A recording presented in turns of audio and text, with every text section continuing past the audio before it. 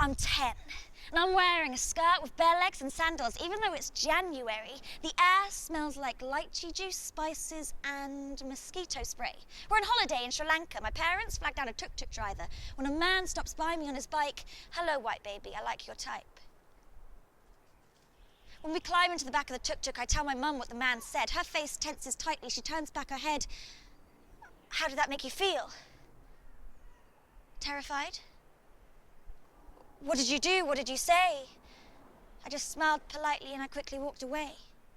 You know, darling, if a man or a boy makes you feel uncomfortable, don't feel obliged to smile. Not at something so horrible. But thinking about it, maybe it was just his English, and he didn't mean it quite like that, and maybe your instinct was right. With some people, it often is just best to smile politely in flight, not fight. Okay. I'm 13, walking home. 2 men in van call out how sexy I look in my school uniform. I smile politely. I'm 14, in the school cafeteria. A boy shouts out that I have the best boobs in my year. Thank you. I'm 15, walking down a school corridor. A row of boys will slap my bum as I walk past. A row of boys I've never met before. At the first slap, I smile politely. It's just a joke. But by the 6th, oh, bug off!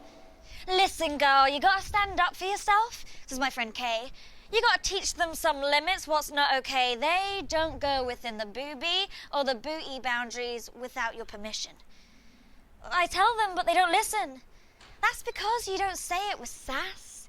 You gotta be rude to them, but in a flirty way. To get them to back off, you gotta gain their respect. And to gain their respect, you gotta make them want what you've got.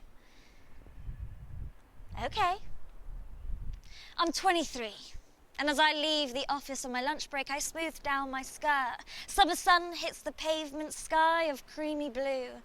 You got nice boobs, you know that? Well, blokes in the street keep telling me, so it must be true. Oi, don't walk off when I'm talking to you. I think I will. Bye-bye. What, you too good to talk to the likes of me or something, stuck-up princess? All I did was pay you a compliment. A compliment? It's not even true. There are plenty of other birds that are better than you. Great, go bother them then. Not until you've learnt your lesson. Sometimes you just want to get on with your day. You just want to get from A to B without interruption, interaction, hesitation, deviation, and don't even get me started on the repetition. I'm not working it, I'm just walking. And no, you can't ask me a question unless you really only want to know the time or directions. I'm not your sweetie or your angel or your baby. Afraid I'm not going to skip on over when you beckon. And what are you, a fully grown man of 6'2", doing standing in a public place, blowing kisses? I'm supposed to defer, sleek back my fur, offer up my phone number. My self-esteem is yours to conquer, it's not up to me. A simple no is not the answer that you're looking for because this is your fantasy. You say you're just having a conversation, but it turns out, though, you don't want me freestyling, or to put it another way, rejecting. Got to stick to the script or keep it old school, seen and not heard. But I'm pretty sure that these days, I'm supposed to have a choice.